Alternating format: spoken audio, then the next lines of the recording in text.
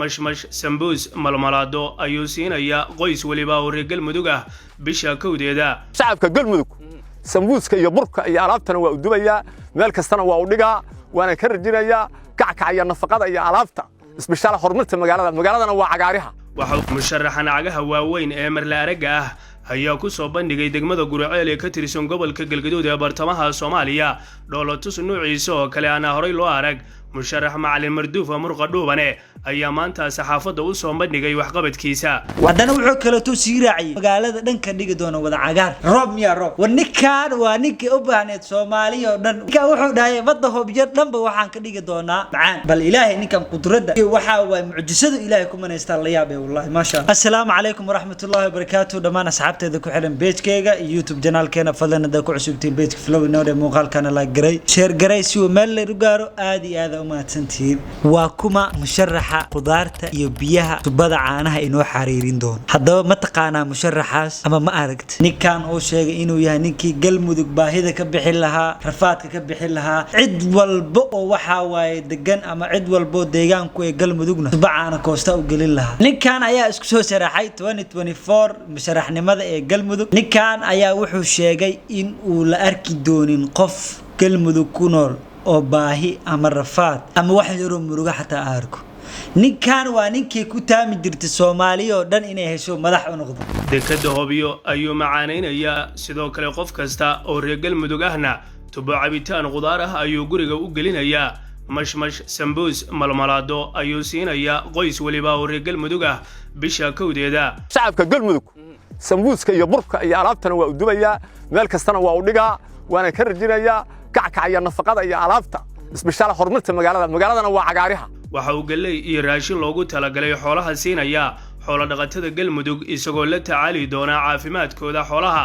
bali waliba waxa uu indhaha u fiiqaya odayaasha iyo habruhu indhuhu ka daciifeen sidoo kale mushaar joogta ayuu siinaya. waxa uu hubaynaya qabaa'ilka Galmudug ee habargidir si ay isaga dhacashaan khawaarijta iyo qabiilada ku soo xadgudba deegaankooda sida Mareexaan, Majeerteen, Duduble, Xawaadle iyo Qubayska direed ee indhaha ay ka tuurtay cusbadu. haddaba daawada muuqaalkan si sheer gare aana dhiiri gelino musharaxan fariintana gaarsiin xildhibaanada Galmudug ee soo socda muuqaalkana like share followna soo dheh. ciidankan awoodda leh waxay kamid yihiin staafkayga ilaalada staafkayga kamid yihiin waxaan abuurayaa ciidamo fiican oo amniya mulqaalka dhamaantiina ii sheer gareeyay ii gaarsiiyo meel kasta. ammaankiisa waxa ku baxo dhaqaalo aan caadi ahayn waxaana loo ilaaliyaa sida Kim Jong Un kii Kuuriyada Waqooyi. musharax madaxweynaha Galmudug ee sanadkan ugu cadcad ayaa saameyntiisa durba laga dareemaya geyga Soomaalida. musharaxan cagaha waaweyn ee marla araga ah ayaa ku soo bandhigay degmada Guriceel ee ka tirsan gobolka Galgaduud ee bartamaha Soomaaliya dhoolatus nuuciisa oo kale aan horay loo arag.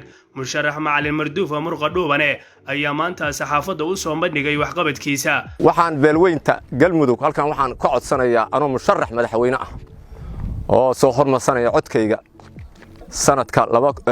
2004 waxaan u sharaxanahay madaxweynaha Galmudug.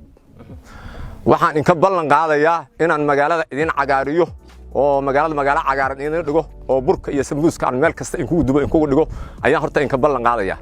midda kale waxa weeye nin aqoon u lahaan ahay maamulka xagga maamulka waxaana in ku xukumi doonaa shariicada islaamka reer Galmudug shariicada islaamka ayaan ku xukumi doonaa.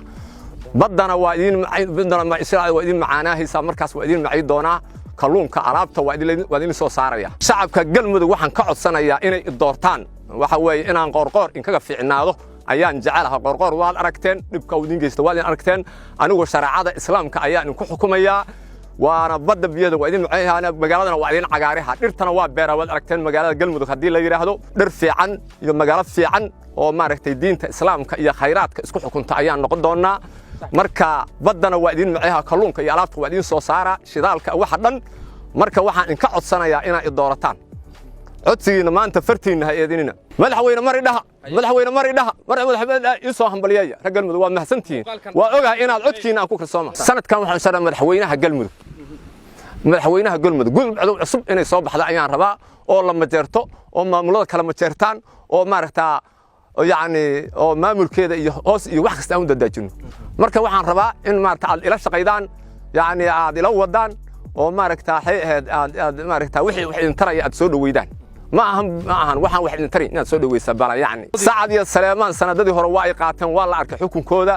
bala ano beelweynta caayir ka tirsan bal in la arka ayaan rabaa in aan wadanka ku hogaamiyo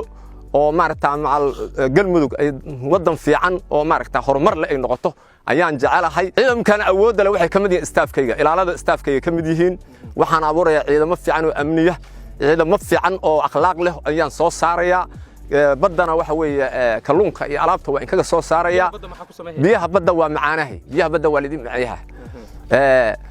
midda kalena waad mahdi doontaan qorqor waa ka raysan doontaan waxyaabaha yaani horumar la'aanta oo meeshan ka jirta waad ka raysaysaan waxaad u jeesaysaan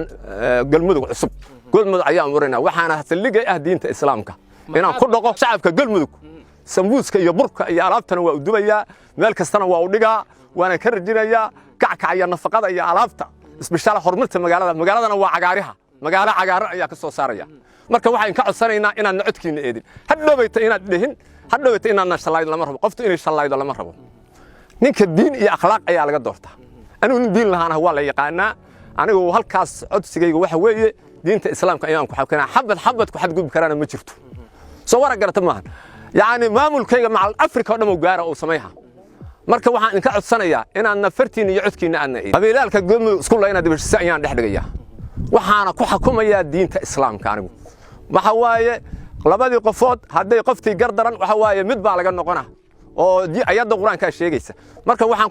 ku saleeyahay diinta islaamka waan heshiyahay diinta islaamka dib lagu dhaqo qofta waxa weeye waa wanaagsanaahe marka waxa weeye saasaan sameeyahay qof dalaw dagaalama jiro haddii aad doorataan waxa weeye gabdhaha